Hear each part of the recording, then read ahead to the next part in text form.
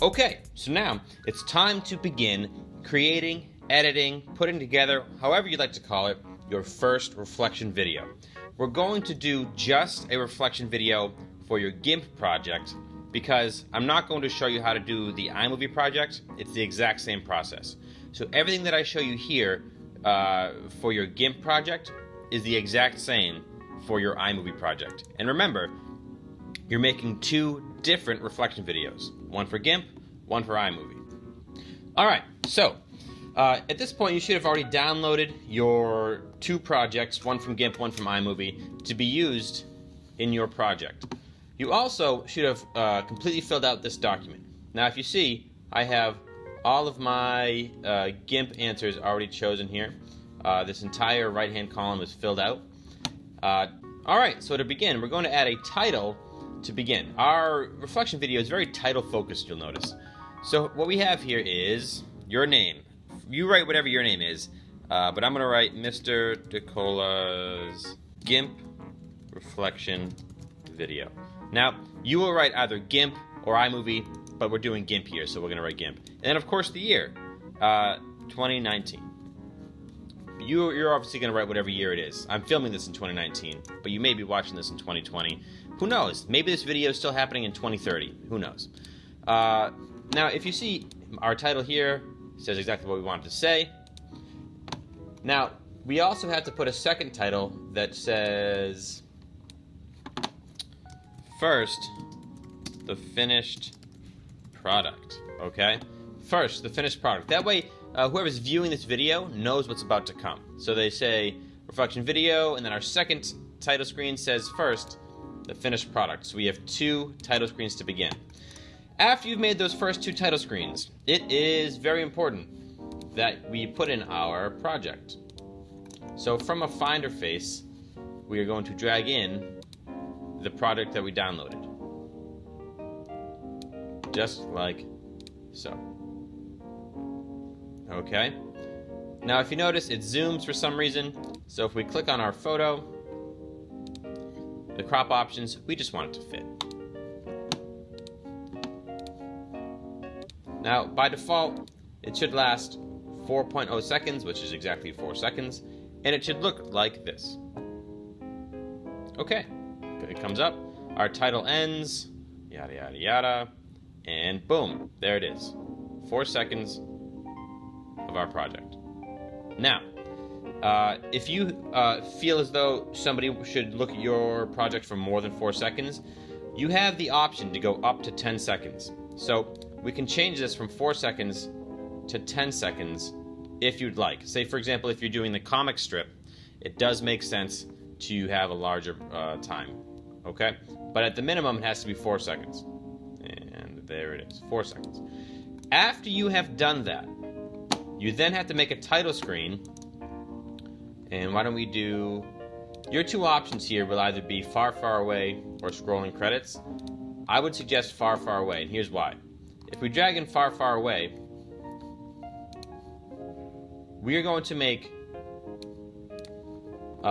each answer... Let me make iMovie a little smaller. We're going to write each one of these answers in a different title screen. So the first one, if we highlight our answer, obviously Command C is copy, go back to iMovie, get rid of all this nonsense, and then Command V is paste.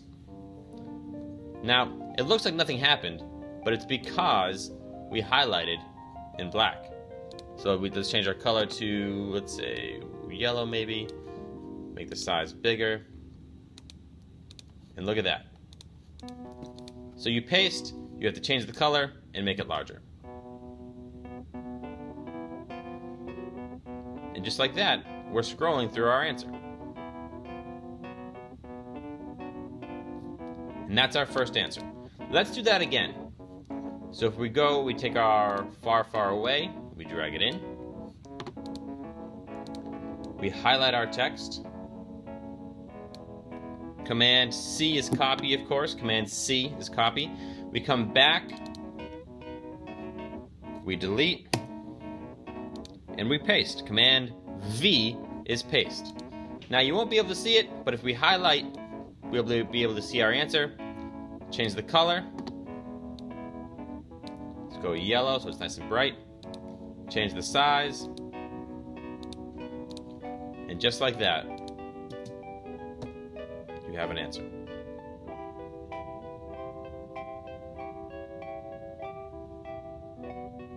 All right, amazing. So you are going to add one of these 10-second clips, one of these 10-second title screens of Far, Far Away for each answer. So we're not going to do this first one, okay? But you are going to do 1, 2, 3, 4, 5. Now, I'm not going to have you watch me do 5 more, but I am going to fast forward to the end where I have all 5 so you can see.